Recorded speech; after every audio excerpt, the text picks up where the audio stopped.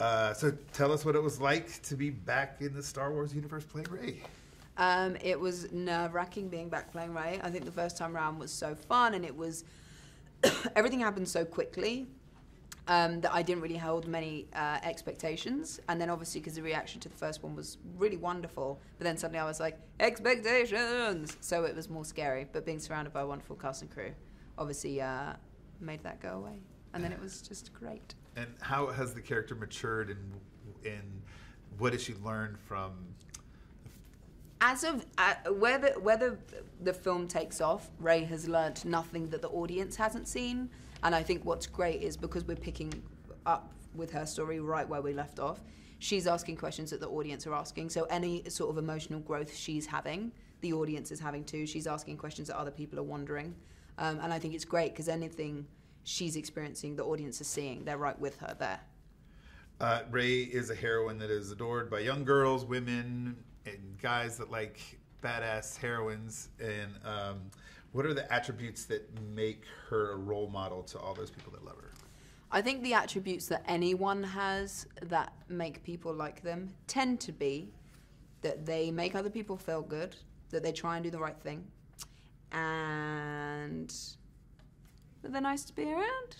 And I think in this, like Rey was alone for so long, and then meets BB-8 and immediately would do anything to help BB-8, and then meets Finn and immediately would do anything to help Finn, and is open to relationships and open to adventures. And so I think it's that. It's like an openness and a willingness and a kindness that she has. Nice. Tell us about Rey's look in this film, how it's different. Rey's look, we begin in the look we left her with, and then the look we go into is more warrior, or as Americans say, warrior, which I always found hilarious, is more warrior, and for me feels more, for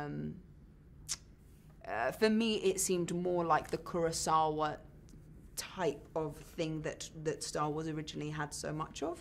For me it felt really cool because it felt more like a martial arty feeling, an Asian inspired feeling, which was cool, which was really cool, and it was great to move in the fight.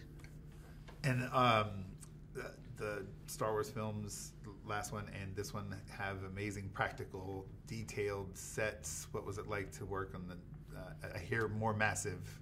Yeah.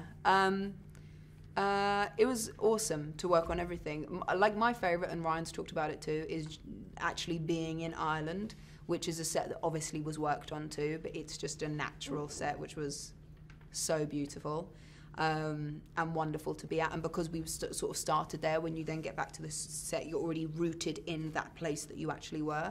And I think so much work was done to make us feel like we were actually in a place and that it wasn't a stage. The sets are unbelievable. Seriously, they're unbelievable. And it looks so good. So hopefully people will feel that too. I'm sure. You've been introduced already for The Force Awakens. The fandom, the Star Wars fans are a unique breed. Mm-hmm. How has that changed your life, or how are you embracing that?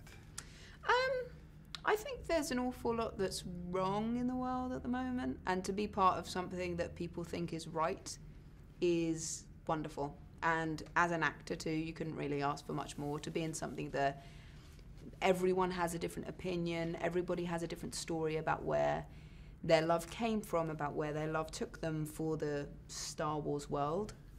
That it's overwhelming at times, because I was never really like a big fan of anything. But to see the love that people feel for something that I think is inclusive and wonderful and brings people together is fantastic. And last question, what do you want audiences to come away from this film with?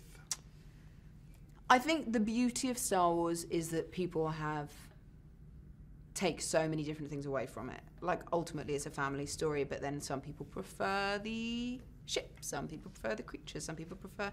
It's a whole own thing. So I hope, and I think there is much that will please a lot of people in The Last Jedi, but also enough that people will have their own experience of it and take their own thing, be that the relationship between Luke and Rey, be that the relationship between Finn and Rose, or the Porgs, or or the island, whatever that may be.